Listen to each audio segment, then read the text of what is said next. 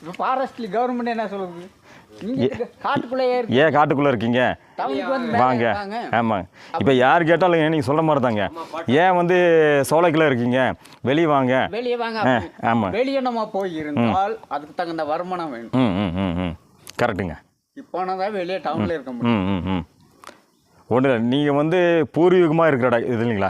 நீங்கள் வந்து நீங்கள் இப்போ இருந்த இடம் கிடையாது. உங்கள் பாட்டம் முப்பாட்டம் காலத்துலலாம் இருந்து வாழ்ந்த இடம். எத்தனை தலைமுறை இருந்திருக்கு. கண்டிப்பாக நீங்கள் சொல்கிற மாதிரி இந்த ஸ்டேட்மெண்ட்டு நிறைய பேர் சொல்கிறாங்க.